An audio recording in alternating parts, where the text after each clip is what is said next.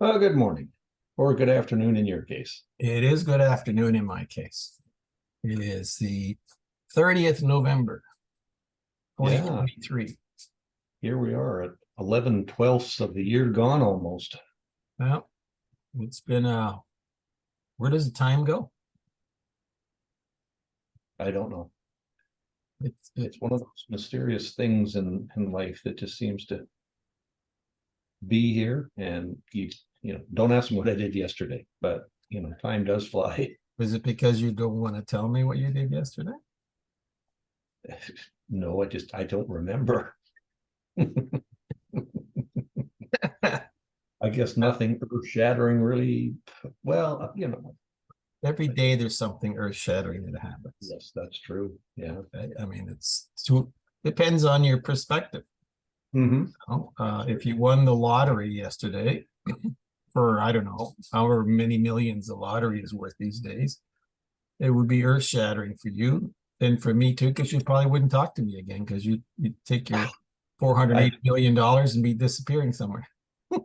I don't have to worry about that because I saw this morning that the lottery was won in Ontario somewhere. So Well, I can tell you that I didn't win it for one absolutely positive reason. you didn't buy a ticket. I didn't buy a ticket. I didn't buy a ticket. And I don't, it's almost frivolous now. Back in the day, now we're not going back too far here. When I bought gas, I would go into the convenience store or whatever, the gas station, having to pay the bill Mhm. because you could buy a lottery ticket while you're in there.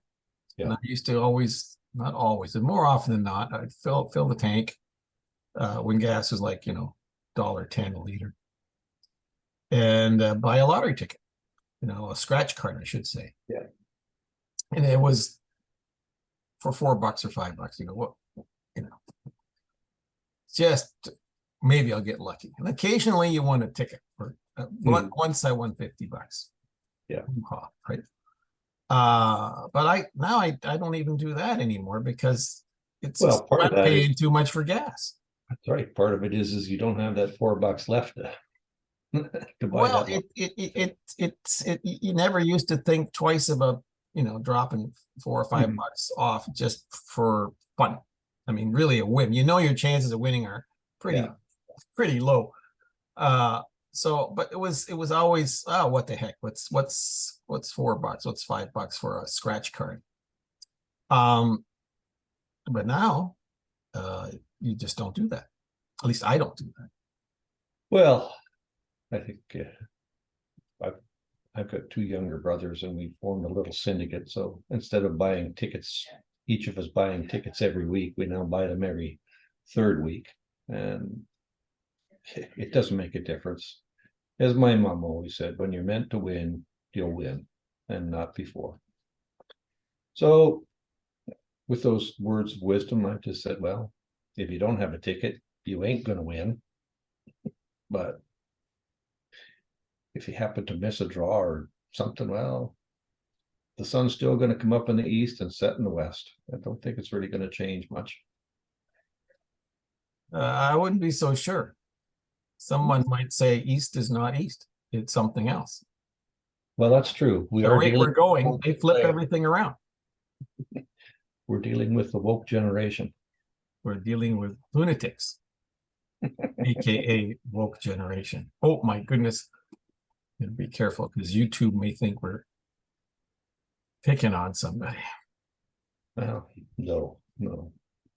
I don't think that would be the case. We're just kind of making fun. Is Yeah, that somebody? Is that let's not go down this rabbit hole. it is a rabbit hole. It is a rabbit. There's been lots of stuff in the last week or so that has come across my desk, which is like Groundhog Day. Yeah. The border is still wide open with lots of people pouring in the southern U.S. border. Mhm. Lots of people coming into Canada unabated. Ireland has problems with its migrant population that is apparently And the Netherlands is starting to look at immigration very closely. And Yeah. I did see It, here by the flyby news here that the latest poll for here in Canada, 3 in 4 people say immigration is not the answer. It's the cause of the problems for high housing. And so, yeah, I think that's partially true. I don't think mhm, that there's the cost of high housing, supply and demand is clearly mhm, there's not enough supply for the demand, and by bringing in 1,400,000 people a year, it exacerbates the problem of supply. mhm. But the government has never asked us for our opinion ever in this country what we thought of immigration policy. No, no. And this particular bunch, frankly, could care less, which is why Mhm. the leader of the government of Canada has a whopping 22% poll support level, tied evenly with his pal who keeps him in power, the Yeah. head of the third rung of the government of Canada, opposition, I should say, the level of government party wise, it's just the New Democratic Party, and he's 22% as well. And this is by Nick Nanos, which is a fairly reputable left of center pollster. That's true. And on my way home this afternoon, before we started, I was listening to a guy from that outfit. I can't remember his name. May have been him himself, the guy Nick Nanos, who said if this particular government wants to be reelected, they're going to have to totally reboot their policies because they haven't a chance in hell at this rate. Well, I think we've talked about that before, that polls mean absolutely nothing until the day of the election, and even not so much then. It's being able to look back in retrospect and say, gee, our poll was right. This government may be decimated because of the poll numbers, but really it's a snapshot is all it is. That's right. And that That's shot right. changes. But it is certainly giving folks some jawboning opportunities. Yeah, Uh, very true. Yeah. and one of the more desperate things I see happening in these like I call them legacy governments now, just like we call legacy media. So we have legacy governments who are literally falling apart, whether it's the bunch here in Ottawa or the bunch down in Washington or the bunch over in London. Mhm. They're tired, they look old, they look worn out, they act like they don't have any responsibility whatsoever for the people, the constituents who elected them. It's the common thread there is they seem to, heaven forbid, should I use the word, don't give a shit about the people who voted them in, or who Oh, they're supposed to be looking after. And it's just a tired bunch. And when you see some of the things that they do in order to hang on to power, by making up stories and smear campaigns against anybody who questions them. We're trying to pass legislation that dare you ask the question, and you must be some kind of a denier, and you should be dealt with by the full extent of the law of something they invent to yeah. protect themselves with. This is hugely dangerous stuff, you know. Well, that's true. And I think we kind of spoke a little bit last week on that, of the one reporter from one of the news stations here who asked a question, and when the question wasn't answered, pushed forward on the question, and it dealt with the why doesn't the government designate the Iranian Guard as a terrorist group, and to this day nobody's really answered why they will or why they won't. But they fixed this reporter's little red wagon, I guess, and said, that's fine, your microphone shut off. So you can yell questions, but we don't have to answer you anymore because you don't have a microphone. And that I guess it gets down to the whole issue of governments, right? They're a necessary evil. I guess you have to go out and vote. hopefully to make a difference. But the reality is, and at least it seems to me, is that once you've elected these people, everything that they've said to get elected has self-served them to get into government so that they can start lining their own pockets. And and you're right, I don't care whether it's in Canada, in the United States, in Britain, or politicians used to be a very respected group. And I'm going way, way back here now. Going your age, Bob. A long And, time since they were respected. now you take the old adage, how do you know that he's lying? Well, first his lips are moving, right? I mean, just Well, the obfuscation that these folks are able to practice when asked a straightforward question is frightening. I don't know how they really and truly, they must not have a mirror anywhere in their house. I think that's They would probably look into that and they would see liar written across here. I mean, I watched on the Sunday shows, you have the usual questions by the legacy media, like the failing legacy governments. The failing legacy media still thinks that they have something to offer on a Sunday afternoon to thinking voters who might want to watch one of these political hacks interviewed, and who would actually provide real honest responses to real tough questions. And they almost unanimously fail on it. But the one that really got me was the one they did with the American political community, who went on and on and on. I'm not going to name names, what it shows, but that the economy is just doing fabulous. Okay, and you're going, what planet are these people living on? All right, and it was the fourth cheapest Thanksgiving in American history. But which was the third or this? I never tell you. They make up stuff, okay? And then the Minister of Finance / Deputy Minister of Canada is on a similar kind of a show, and is asked a straightforward question about how is this deficit sustainable and where are you getting all this money from going forward?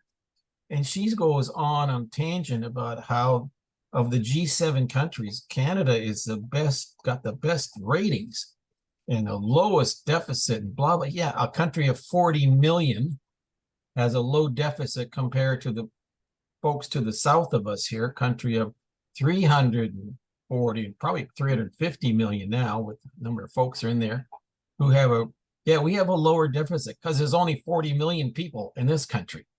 And so, and then we have a wonderful credit rating right now, but you can't project that into the future, but that's okay. But answer the question about things like, where did the $54 million for the ArriveCan money go? ArriveScan, yeah. ArriveScan, yeah. And the lips are sealed. Suddenly her eyes glaze over and she goes off on a tangent, wearing her little "I support Ukraine" thing on her lapel. This has got nothing to do with it. Too. Like, how much money have we as a 40 million person country, and even to our neighbors to the south, which has virtually 10 times our population, how much money have they put in to help the Iranian, not the Iranian, well, they gave them money too.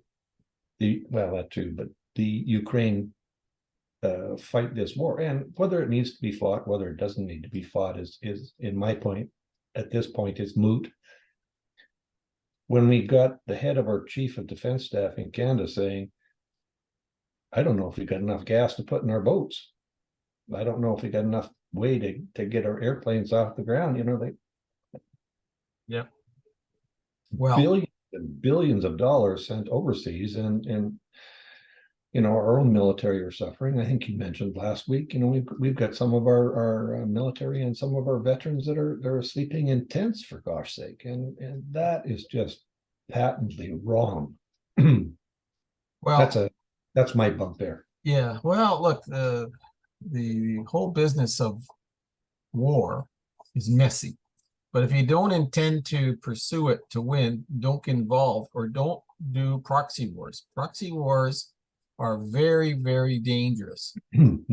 First of all, it's deadly to those who are getting killed by virtue of the fact that they're at the front line, but the people paying the bills are fat and warm and safe 5,000 miles away, which is what we are seeing at the moment, particularly with the Ukraine, the Russia conflict. But more importantly, there's a military problem that we have in the West, which is we're not there to win, we're there to cause trouble. And that's, Napoleon, if you want to look at history, he came back from the dead, literally, after he was imprisoned in Elba. And he escaped and went on to cause yet another war. And it wasn't until he ended up in St. Helena, once again, locked up. But this guy had things going for him that do not work for us today in our situation. I'll give you an example. When he decided that he was going to return to France and lead the glorious French to become the master of Europe, he had a homogenous country of Frenchmen who followed him all the way to the mess in Moscow, okay? Because they believed he was at the front of the line. Whether you agree with what he did or not, he was a leader of a country who led the country all across the plains of the steppes of Russia, right to Moscow. Now, history shows that was in the end not a good idea. But my point is that he rallied the troops. And he was at the front of the line. He wasn't at the back somewhere sipping cappuccinos and barking out orders. Okay. Today, this bunch that is running these various wars, they're bedecked with medals, but they're sitting around in various back rooms, thousands of miles away from the front, having other people getting killed. Okay. Moreover, when you talk about the military in how it is in the Western countries, okay, let's look at NATO. It's a hodgepodge of equipment. It's a hodgepodge of leadership. There's no common thread through the entire bunch on what they're supposed to be doing. They fight among themselves. The U.S. military is so wanting a person. No one wants to go in the military. What the heck for? Are you kidding? In the meantime, you're running a government that disdains its military in this country, okay? Because and at the same time puffs itself up about how it's going to be a leader in the world and freedom fighting. I mean, what are you talking about? But there's no cohesion here. What leader comes to mind right now in the Western world that can be like a Napoleon, say, we got to deal with this problem, and who's behind me? Which one of these individuals actually goes to the front of the line and say, I'm just as much to stick my neck out as you folks behind me are going to? No, there's no cohesion here. Yeah. No. So, this business of we're going to show the world what we're going to do with our woke nonsense, this is silly, and dangerous as hell. Yeah. Well, even don't have to go back to Napoleon and I won't say that he was leader at the time, but Jack Kennedy, for the leadership and I guess courage and bravery that he had shown.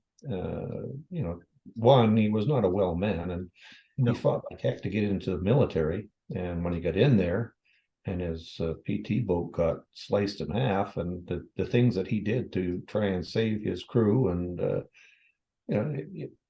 you had people, I think, that probably would have followed him anywhere, right? I mean, now people follow somebody not because they respect them and not because they have great admiration for them. They're following to see where the hell they're going, because they probably don't know. It's not a matter of honor. It's not a matter of it's a matter of curiosity. Remember those old jokes that came around about time when we had to do evaluations, and some of the ones that came out about the military, and this man would be out of his depth in a parking lot puddle, and you know, I guess it's not new, but No, but I don't see the leadership here that has a following by folks who really are capable of compromise, because we're not. It's become so tribal because of these people on all sorts of levels. You don't even have to talk about the military. Look at the whole business of the climate cult nonsense that's going on here in the States and in Canada. The powers that be have decided we must all drive electric cars by the year 2030, which is, by the way, 7 years from now. The parking lots of dealerships are full of cars no one wants to buy because A, they can't afford it, B, they don't do what they say to do, and three, C, there's nowhere to plug them in. Mhm. Okay, but they took a political decision as opposed to dealing with an Rational. environmental problem, which they still are unable to really prove to us that it's an environmental problem. And so that kind of leadership really starts to become suspect. Like, why are you doing this? Yep. I think I mentioned too the other day that, and I didn't even think about it. It was somebody else on the flyby news that came up and said, "What are we going to do with all our parking garages?"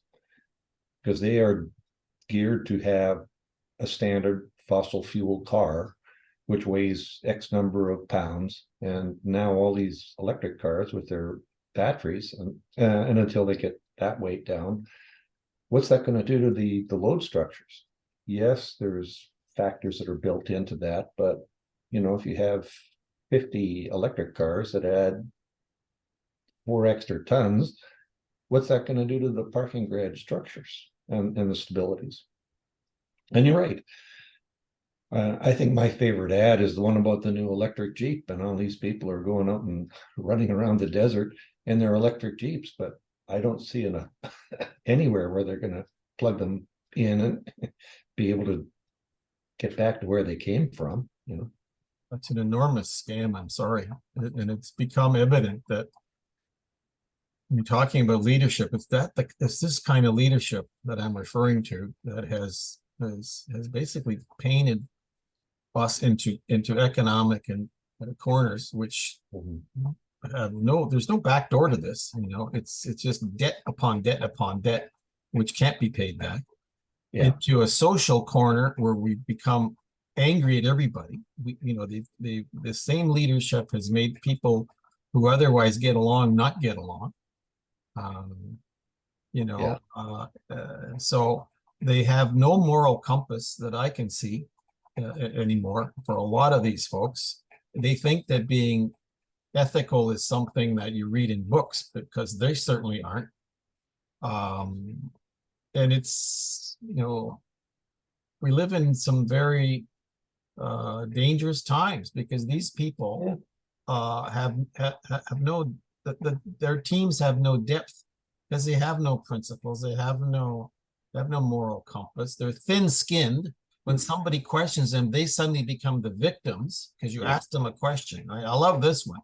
Why did you do it? Don't ask me that question. Why? Come clean. Oh, you're just picking on me because, because it's Tuesday. We have nothing or anyhow, I digress. The times when you had respect for leaders is long ago, frankly. Yeah. I don't know how this will manifest itself in the weeks and months ahead, but I see tough times. And again, going back to respect, whether you respected or whether you didn't, I see that Henry Kissinger passed away. Yes. Years old. He was 100 years old. Wow. And I'm going to tell you a story about Henry Kissinger and yours truly. Yes, sir. In 1980, in the fall of 1980, when I was still a immigration officer who had immigration duties at Toronto Airport. Mr. Kissinger came in to do a speech in Toronto, and of course he had a contract and a work permit, and I was sent out to the private airplane or air arrival section of the airport at the time, which is at the far end of the field, to sign his documents because he basically is coming to work in Canada, right?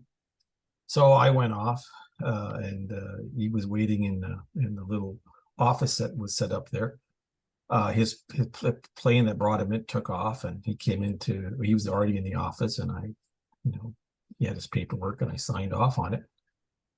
And you're kind of sitting around or standing around with a very famous person whose driver isn't showing up to take him to where he's supposed to go.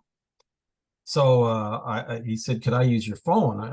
The person who's supposed to be here to pick me up isn't. I said, "Yeah, by all means." So he called, and whoever he spoke to, they'll be there in about an hour. But the office is in a secure area on the periphery of the field, the airfield, and so someone's got to come and get him. And so he had an hour to kill, essentially. And I basically was the person he was spending that hour with. And it was the most amazing hour I remember, because this is a man who had won the Nobel Peace Prize in '72. He was a Secretary of State. He was a national security advisor under the Nixon administration. And what we talked about? Baseball and places that he liked to visit around the world as a tourist, as a regular kind of guy. So you're actually saying, like this is a guy that he's actually like you and me. Yeah. And I've never really talked about that because, in our work over the years, you do come across people of fame one way or another because they cross international borders and they have to speak to someone along the way to have their passport stamped, to put it very simply. But every so often, like in that case, I spent, as I say, an hour with like people probably spend thousands of dollars to consult with a fellow like him. I got it for free, and I will never forget what a pleasant individual he was. And it was kind of a melancholy thing to hear about his passing yesterday at the ripe old age of 100, which is pretty good. Very good.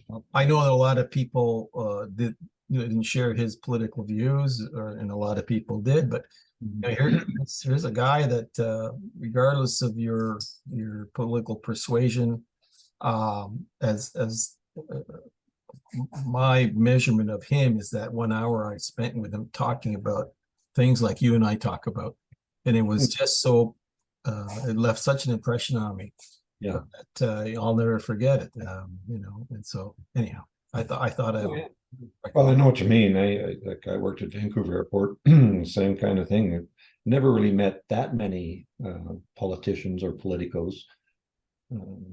Lots and lots of actors. And, for me, it was George C. Scott and his wife Trish Vanderveer that came up, and they were just the same thing. They were letting people go ahead, and this is not. Usually these guys want to get to the front of the line and get out, and it turned out they were going to shoot a movie in a remote part of the province, and they had no idea where this was, and they had no idea what they could do. And they spent an hour talking to the staff about what can you see, where can you go, what can you do, and yeah, it's amazing. The people that you have on these pedestals that are really just like you and me. Yep. And one of the things that I recall over those years, especially later on in my career, where I did meet some people officially who were up there, but the ones that had the meanest, if you will, persona in public were actually the nicest people you want to meet. The ones that had the nicest persona in public were creeps. It was such an interesting dichotomy and I can name names, I'm not going to do that, but that was my recollection, and still is, about I thought that person was a real creep, as it turned out. And the other person who I thought was a creep turned out to be the nicest person you want to meet. So people have, especially actors and those folks, they have a persona that they put out there. Anyhow, but we're down to our last minute and a half anyway. So this, Yeah. Well, again, let's talk to the audience. You know, we tend to ramble. That's the way it is. We come across something and then it springs something else, but hit the like button and send us comments. yep. Hit the like button, the subscribe Don't button. mind picking up somebody else's thoughts and discussions and seeing if we can run with it. So, and if you like us, buy us a coffee. And you can find that on our X account, or you can buy us a coffee. But we'll talk about that in an upcoming episode. Plus, we have a guest, hopefully, in our next meeting. Yeah, we've got a couple of guests lined up, so hopefully, fingers crossed. Well, time to go.